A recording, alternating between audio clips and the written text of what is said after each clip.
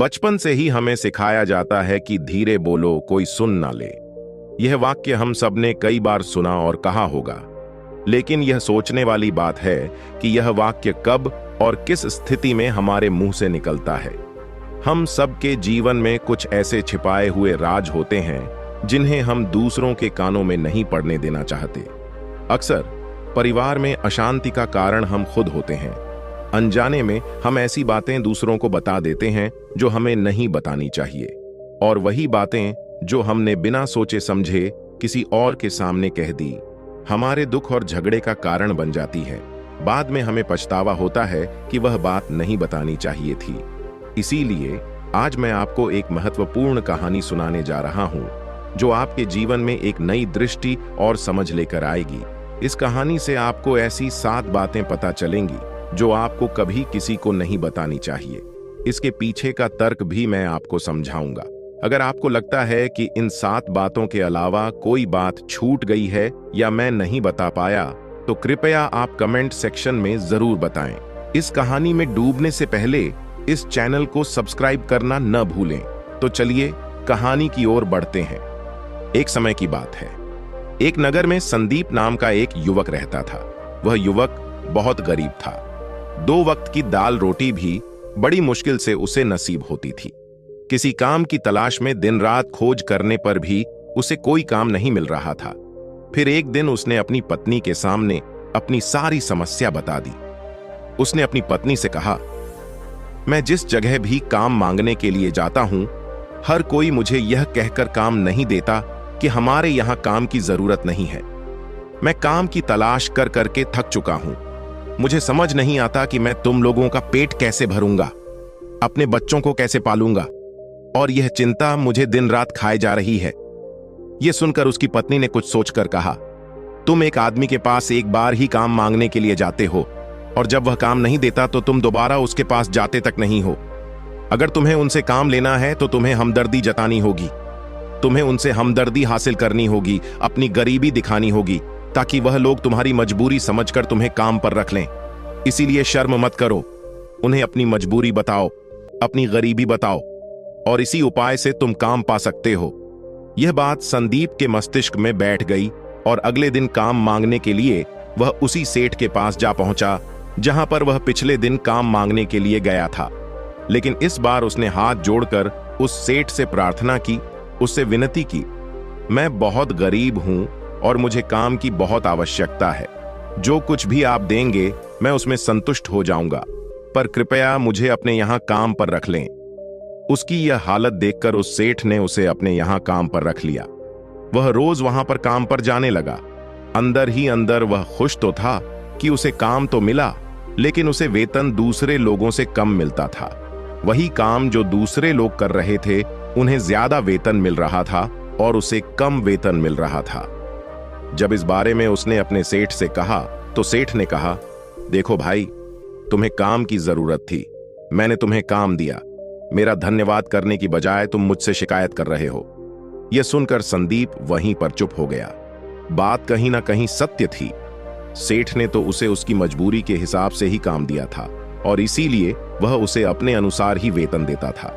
लेकिन धीरे धीरे उसने यह बात अपने सगे संबंधियों और अपने दोस्तों को भी बताना शुरू कर दी कि उसका सेठ कैसा आदमी है और उसे कितना वेतन देता है। समय बीतता रहा और संदीप पूरी लगन के साथ अपना काम करता रहा। लेकिन अब परिस्थितियां बदलने लगी थीं। सेठ अब संदीप से दूसरे लोगों से ज्यादा काम लेता था और उसे कम वेतन देता था। यह बात संदीप के मन को बहुत खलती थी। वह दूसरों से ज्यादा मेहनत कर रहा था और उनसे कम वेतन पा रहा था। इससे उसके आत्मसम्मान को बहुत गहरी चोट पहुंची। अब धीरे धीरे उसका मन अपने काम से हटने लगा। उसका मन काम में लगता ही नहीं था। जाहिर सी बात है कि ऐसी जगह किसका मन लगेगा जहां आदमी को अपने आत्मसम्मान के साथ समझौता करना पड़े। इसीलिए जल्द ही उसने अपना काम छोड़ दिया और वह घर पर आकर खाली बैठ गया। अब उसके पास घर का खर्चा चलाने के लिए भी पैसे नहीं बचे थे। इसीलिए उसने अपने सगे संबंधियों और अपने दोस्तों से सहायता मांगनी शुरू की। लेकिन उसके दोस्त उसके सामने तो उसे दया का पात्र समझते थे, उसे दिलासा देते थे, लेकिन पीछे से उसका मजाक उड़ाते थे। वे कहते थे, कितना बेवकूफ है, सेठ ने इतना काम लिया और बेचारे को पैसे भी नहीं दिए। अरे हम इसको पैसे दे दें तो यह कल हमारा भी पैसा वापस कर पाएगा। इसकी ऐसी हालत है, काम तो इसके पास कुछ है नहीं, पैसा कहां से लाके देगा। और इसी वजह से संदीप की हालत दिन ब दिन खराब होती जा रही थी। अब वह दिन रात तनाव में रहने लगा था। वही दोस्त, वही सगे संबंधी जो उसके अपने होने का दिखावा कर देते। एक दिन उसे पता चला कि पड़ोस के गांव में एक बौद्ध भिक्षु आया हुआ है जो बहुत ही ज्ञानी है। संदीप इतना तनाव में था कि उसे कोई रास्ता नजर ही नहीं आ रहा था। इसीलिए जाने या अनजाने वो उस बौद्ध भिक्षु के पास पहुंच जाता है। वहां पहुंचकर वो सीधे उनके पैरों में गिरकर रोने लग जाता है। वो रोते रोते उन्हें अपनी सारी परिस्थिति बताता है। उसे बताता है कि किस तरह उसके सेठ ने उसका फायदा उठाया और उसके सगे संबंधी उसके साथ कैसा व्यवहार रखते हैं। सारी बातें सुनकर बौद्ध भिक्षु ने उसे चुप कराते हुए कहा, बेटा, ये सारी समस्याएं तुम्हारी बुद्धिहीनता, तुम्हारी मूर्खता के कारण उत्पन्न हुई हैं। अगर तुम्हारे अंदर विवेक होता तो इनमें से एक भी समस्या तुम्हारे मन को दुखी नहीं कर सकती थी। लेकिन तुमने अपने अविवेक के कारण, अपनी मूर्खता के कारण खुद ही अपने रास्ते में कांटे बिछा दिए। आज मैं तुम्हें 7 बातें बता रहा हूं जो भूलकर भी किसी को मत बताना, और इन बातों का अनुसरण करते हुए तुम बाहर से मिलने वाले दुखों को दूर कर सकते हो जो बेवजह दुनिया की वजह से तुम्हारे अंदर पनपते हैं। पहली बात जो किसी को नहीं बतानी चाहिए वो है अपनी मजबूरी। अपनी मजबूरी का दिखावा करके दूसरों का दया पात्र बन के उनकी सहायता लेने की गलती कभी मत करना। हो सकता है कि आज वो तुम्हारी मजबूरी देखकर तुम्हारी सहायता कर दें, लेकिन कल वो तुम्हारा फायदा उठाने से भी नहीं चूकेगा, और अगर फायदा भी नहीं उठाया तो दूसरों के सामने तुम्हारा मजाक बनाने में वो आदमी कभी नहीं चूकेगा। इसीलिए कभी भी अपनी मजबूरी का दिखावा मत करो। अगर घर में 2 रोटी हैं, सूखी रोटी हैं, तो वही खाकर सो जाओ, लेकिन दूसरों को इसके बारे में भनक तक नहीं लगनी चाहिए। जरा आप खुद सोचो, मजबूरी बताने का क्या मतलब होता है? एक इंसान का या तो वह दूसरों से सहानुभूति हासिल करना चाहता है या उनसे कोई आर्थिक मदद चाहता है। लेकिन अगर दोनों ही परिस्थितियां आप देखें तो दूसरा आदमी आपका फायदा उठाने से नहीं चूकेगा, और अगर वो फायदा नहीं भी उठाएगा तो अपनी नजर में तो वो आपको मूर्ख ही समझेगा, बेवकूफ समझेगा, और दूसरों के सामने आपका मजाक तो जरूर बनाएगा। इसीलिए अपनी मजबूरी के बारे में कभी किसी को मत बताना। दूसरी बात जो किसी को भी नहीं बतानी चाहिए वो है अपनी अतीत की गलतियां और भविष्य की रणनीतियां। जरा सोचो कि अगर हम अपने अतीत की गलतियां किसी दूसरे को बताते हैं तो उसका क्या प्रभाव होगा। वो गलतियां ठीक तो नहीं की जा सकती, जाहिर है, तो उन्हें बताने का क्या मतलब रह जाता है। आप अपने अंधेरे पक्ष को खुद दुनिया के सामने बता रहे हो, खुद अपनी गलतियां दूसरों के सामने बता रहे हो। इससे उस आदमी की नजर में आपका एक चरित्र गठित हो जाएगा और वो भविष्य में हमेशा आपको उसी नजरिए से देखेगा। इसीलिए किसी भी आदमी की नजर में अपना चरित्र गठित मत होने दो, और जरा सोचो कि आप व्यर्थ में ही अपने भविष्य की रणनीतियां दूसरों के सामने बता रहे हो। जो लोग आपके काम का हिस्सा ही नहीं हैं, उनके सामने अपनी भविष्य की रणनीतियां, अपनी डींगे हाँकने का क्या फायदा। वो लोग आपकी सहायता तो नहीं करेंगे, लेकिन आपकी भविष्य की रणनीतियों में बाधा जरूर बन सकते हैं। आप खुद अपने विवेक का इस्तेमाल करिए और सोचिए कि आपके साथ भी ऐसा हुआ है कि आपने अपनी भविष्य की रणनीति किसी को बताई हो और वो कामयाब ही ना हुई हो। जरूर हुआ होगा, जरा गौर से सोचिए। तीसरी बात जो किसी को नहीं बतानी चाहिए वो है अपने घर की बातें। जो भी हमारे घर के अंदर आपस में बातचीत होती है, हमारे माँ बाप के साथ, हमारी पत्नी के साथ, हमारे बच्चों के साथ, वो बातें परिवार तक ही सीमित रहनी चाहिए। अगर आप इन बातों का दूसरों के सामने ढिंढोरा पीटते हो तो दूसरों को आपके घर में घुसने का एक मौका मिल जाता है और वे इसका फायदा उठाने से कभी नहीं चूकेंगे। वे आपके परिवार के सदस्यों को आपसे दूर ले जाने की कोशिश करेंगे। अक्सर ऐसा होता है, हम समाज में देखते हैं कि हम अपने घर के झगड़ों को कम करने के लिए उन झगड़ों को अपने पड़ोसियों और दूसरे सगे संबंधियों को बता देते हैं, लेकिन इससे आपको सहायता कभी नहीं मिली होगी, बल्कि आपके घर के लड़ाई झगड़े और ज्यादा बढ़ गए होंगे, और वो जाहिर है वो बढ़ेंगे। अगर आप अपने माँ बाप की बात दूसरों को बताएंगे तो आपके माँ बाप को बुरा लगेगा ही कि हमारा बेटा हमसे बताए बगैर दूसरों को ये बातें बता रहा है। इसीलिए अपने घर की बातें और अपने घर के लड़ाई झगड़े किसी के सामने मत बताना। चौथी बात जो मैं आपको बताने जा रहा हूं, जो किसी को नहीं बतानी चाहिए, वो सुनने पर बहुत अजीब लग सकती है, लेकिन उसका सत्य भी मैं आपको एक तर्क के माध्यम से दूंगा। मैं कहता हूं कि अपनी आमदनी किसी को मत बताना। अब अपनी आमदनी न बताने के पीछे क्या मतलब हो सकता है?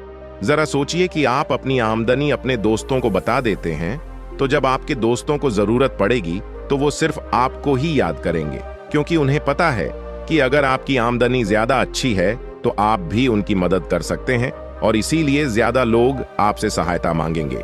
और जब आप उनकी सहायता नहीं करेंगे तो वो सोचेंगे कि इस आदमी के पास पैसे हैं, मेरी सहायता कर सकता है, लेकिन यह सहायता कर नहीं रहा है, और इसीलिए आपकी आमदनी आप दोनों दोस्तों के बीच एक झगड़े का कारण हो सकती है। कम आमदनी होगी तो लोग मजाक उड़ाएंगे और ज्यादा होगी तो सहायता मांगेंगे। तो अपनी आमदनी बताने का कोई मतलब नहीं है। पांचवी बात जो मैं आपको बताने वाला हूं, उसे आप गांठ बांध लेना और किसी को यह बात मत बताना। अपनी कमजोरियां और अपनी ताकत अक्सर इंसान को पता नहीं होता है कि उसकी कमजोरी या उसकी ताकत क्या है। लेकिन अगर आपको अपनी कमजोरी और अपनी ताकत पता है तो पहली बात तो आप बहुत ही बुद्धिमान आदमी हैं, और दूसरी बात कि आपको ये बातें किसी से साझा नहीं करनी है, क्योंकि अगर आपकी कमजोरी दूसरों को पता चल गई तो वो आपकी कमजोरियों का फायदा उठाएंगे, और अगर आपकी ताकत पता चल गई तो वही ताकत आपकी कमजोरी बन जाएगी, क्योंकि वो ताकत दूसरे आदमी को पता है और वो ताकत की काट भी ढूंढ ही लेगा। अपनी कमजोरी और अपनी ताकत अपनी पत्नी या अपने पति को भी नहीं बतानी चाहिए, क्योंकि इसके बाद आपको घर में उनसे हमेशा दब कर रहना पड़ेगा। अगली बात जो किसी को नहीं बतानी चाहिए वो है अपने मित्र और अपने शत्रु। आप अपने मित्रों के बारे में अगर दूसरे लोगों को बताएंगे तो वे आपके मित्रों के साथ अपनी घनिष्ठता बनाकर आपको धोखा दिलवा सकते हैं। आपके गहरे मित्रों को आपसे दूर करने का प्रयास कर सकते हैं। अक्सर आम आदमी ऐसा नहीं करता, लेकिन आपके दुश्मन ऐसा करने की कोशिश कर सकते हैं। और दूसरी तरफ आपके शत्रु का भी किसी को नहीं पता लगना चाहिए, क्योंकि आज जो आपका मित्र है, अगर कल वो आपका दुश्मन हो गया तो वो आपके दुश्मन के साथ ही मिलकर आपको परास्त कर सकता है, आपको धोखा दे सकता है। इसीलिए अपने सबसे अच्छे दोस्तों को भी अपने दुश्मन के बारे में कभी मत बताना। अगली और आखिरी बात कहना चाहता हूं कि जब तुम दान करते हो तो दान के बारे में भी किसी को मत बताना, नहीं तो दान करना व्यर्थ हो जाता है, बेकार हो जाता है। जब आप अपने दान का ढिंढोरा पीटते हो तो आप ये बता रहे हो कि मैं कितना बड़ा दानी पुरुष हूं, और ये आपके अंदर एक अहंकार निर्मित करेगा। इसीलिए दान गुप्त रूप से किया जाए उतना ही अच्छा होता है, उतना ही फलदायी होता है। जब आपका बायां हाथ दान कर रहा हो तो दाएं हाथ को बिना पता चले कि बायां हाथ दान कर रहा है। ये 7 बातें जो बौद्ध भिक्षु ने संदीप को बताई, इनमें संसार के सभी सिद्धांत छिपे हुए हैं। इन बातों का अनुसरण करते हुए आप अपने घर में सुख शांति बना सकते हैं और घर के झगड़े हमेशा के लिए दूर कर सकते हैं। आप इन बातों के बारे में अपने विवेक से भी सोचेंगे तो आपको यह बातें सच मालूम पड़ेंगी। दोस्तों, हमारी कहानियों का उद्देश्य आपके विवेक को जागृत करना है। हम चाहते हैं कि आप उन विचारों पर सोचें जो इस जमाने में चल रहे हैं। यदि आपको लगता है कि हम किसी बात पर गलत हैं तो कृपया उसे कमेंट सेक्शन में साझा करें। साथ ही अगर आप किसी और जानकारी से अवगत हैं तो उसे हमें भी जरूर बताएं। तो दोस्तों, आपको यह कहानी कैसी लगी? अपने विचार और फीडबैक कमेंट सेक्शन में बताना ना भूलें। अगली कहानी में फिर से मुलाकात होगी। तब तक अपना ध्यान रखें और खुश रहें।